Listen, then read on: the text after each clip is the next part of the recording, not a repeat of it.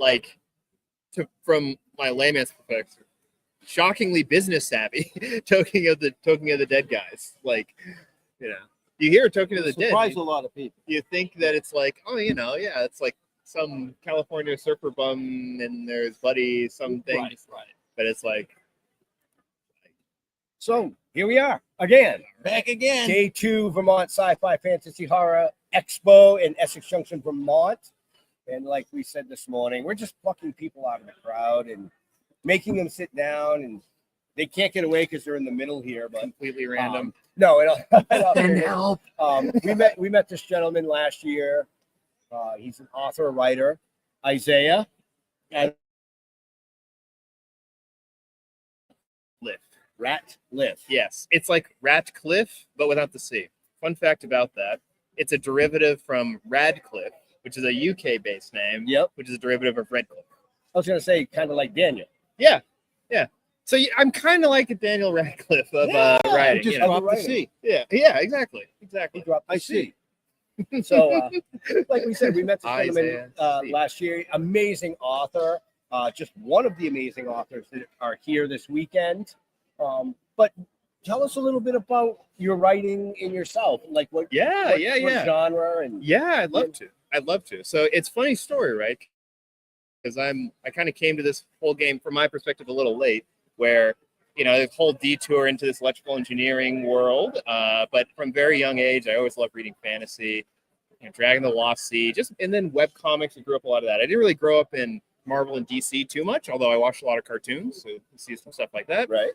But from a very young age, I love animation. And then, you install like Flash Studio, and then you understand just how much work animation is. Mm-hmm. And so then it's like, okay, I like writing, I like digital art. So kind of meshing this together. It was years later, maybe around like late 20s, where I'm like, you know what? Let me try and see what I can do, and try and write a couple of short stories. And it kind of took off from there. I kept going, and I viewed it as an experimental phase for years and years. And then I kind of turned around maybe 3 years ago, after I had worked from like 2016, 17, and made a couple of stories, and then realized that I still had so much more I wanted to do. I'm like, I guess I'm going to give it a real shot. We're going to take a 2-second pause. In the Expo selling where the invisible net part. Again, that'll be constantly 2:30. It seems to happen every time. After the rebuilding. You guys, It doesn't happen every time. just for the high VIP guests. Right? That's right. Now that the Vermont Gatherings staff has blasted over the speaker yet once again in the middle of a live, which is fine. Yeah, we don't real. mind. That's how you know it's real. Oh yeah. Wanted to write more and continue to experiments. Did some short stories. I joined some writers groups. I read a lot. I read at some point early on. I had read more about writing than I had actually written. I wrote like Stephen King's on writing. I wrote Robert McKee's story. I read John Turby's 2 books, and like 2 of them, Anatomy of Story and then Anatomy of Genre, and like on and on. And then you realize, like, what the heck am I doing? It's like you can read 1,000 recipes. Yep. It doesn't mean you know how to bake the cake. So yeah. So then as I progressed, I had, even though it's something that like your parents would tell you, which is like, just this writing thing is cool, this creative thing is cool, just get the nice, stable, high income job and then do it on the side. And like my teenage self would rebel at that, be like, that's so lame.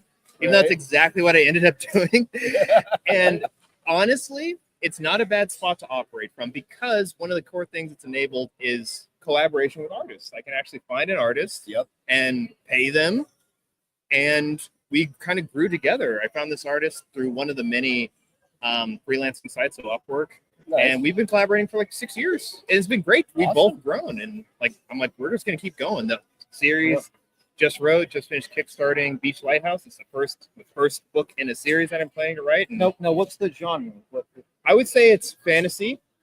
Kind of like somewhat urban, mysticism, magic a little bit. It's got the like a surreal edge. So, but overall, it's lighthearted comedy, kind of all ages thing. About a guy who's literally at the end of the line. Starts by jumping off of a train into a new town. Yep. And he doesn't quite land on his right foot. looking for a gig, and he finds this bed and breakfast in the middle of the desert, built around a lighthouse. That's kind of its gimmick, is this lighthouse in the middle of the desert. And Okay. go there, and they need kind of like what they call as concierge, which that's what I'm calling it, even though it's not it's the right vibe, but anyways, it's not super fancy, but just someone to tend to the guests, kind of get that personal touch.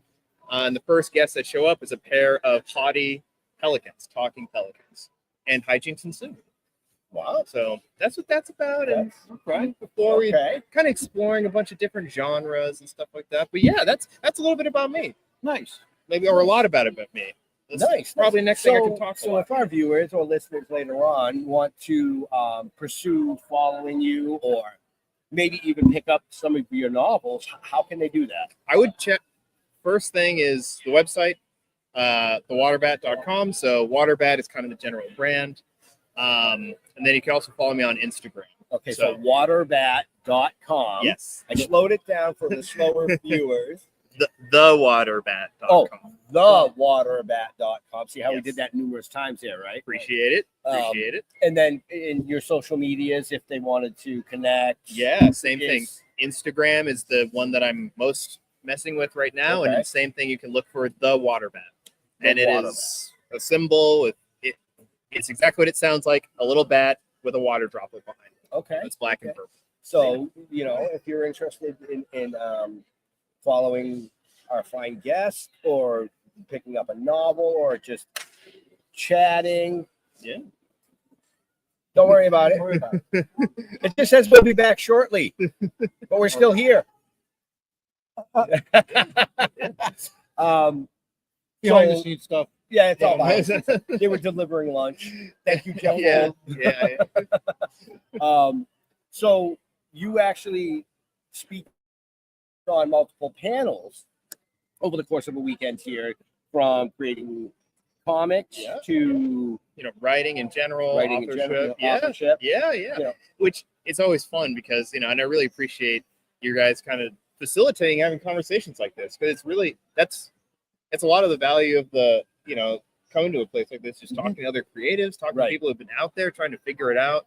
And yeah, I mean, sharing what I can, I still view this so much as learning, coming up to speed, but there are some things that if you want to take it seriously, Yeah. so to speak, there are some core aspects, like one of which that you constantly look at is consistency. Yep.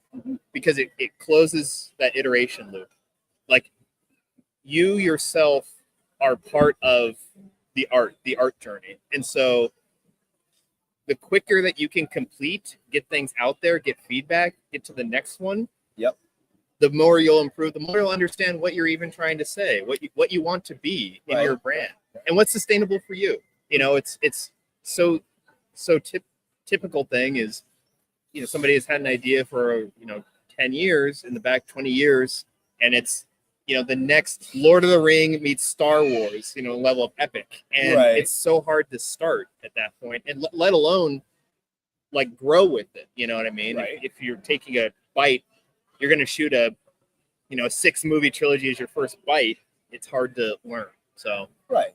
that's Yeah. it. And you got to let everything evolve as it naturally would anyway. Yeah. And if you try and kind of drive it, like the finance side, I'm sure we could talk a lot about You can that. drive it right into the friggin' Yeah, ground. yeah. A lot of it is like, web comics, you can do a lot of stuff for free, even if it costs you money up front, just to learn the process. Like, don't try and you can talk about sales funnels, you can talk about building a, audience, and all that stuff is important, critical, but that first getting the iteration loop down, I think is key. Not overemphasizing trying to like generate a profit right out the gate year one. That's one of the, at least that's a piece of advice that I took. But again, Yeah. I had a luxury a little bit where you have Yeah. a stable day job. So from Stable that, day job, yep.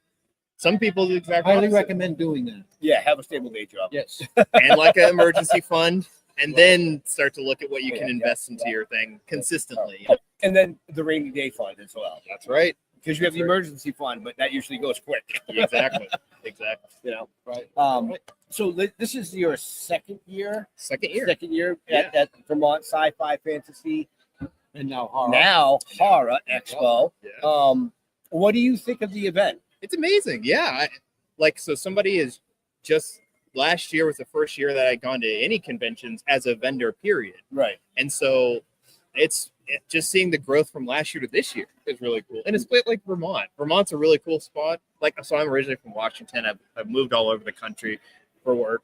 Yep. And I chose to land here because one, I just like it, but two, it's like it's kind of just one of those subtle under the rug things where it's like, yeah, you know, you have people that worked on Muppets and like, you know, Goonies and like famous comics, and oh, by the way, there's like the Bread Loaf famous writing retreat and like Robert Frost cabin. It's like, what is this doing in Vermont? You know? And so this is kind of, I feel like this is one of those things. Mm-hmm. It's like, you know, Vermont's great, and you see people coming out and showing and awesome cosplay, and it's been Most people think Vermont cheese, ice cream, yeah, and maple cows. syrup. Yeah. Yeah. Right.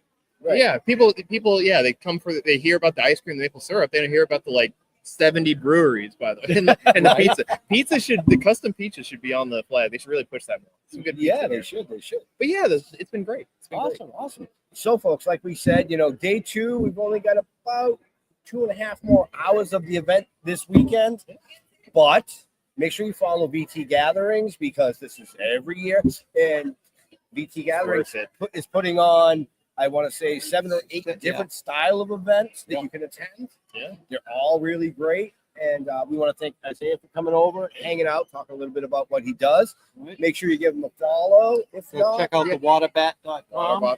waterbat.com. Really appreciate the opportunity know. to chat with you guys. Oh, Appreciate no. the- You know, thank we're you. glad that you had a chance. I mean, because it's been pretty busy today. Yeah, it has. It has. Had a chance to come over and sit down and get out there a little bit more than just Choking at the dead. here, Yeah, man. right?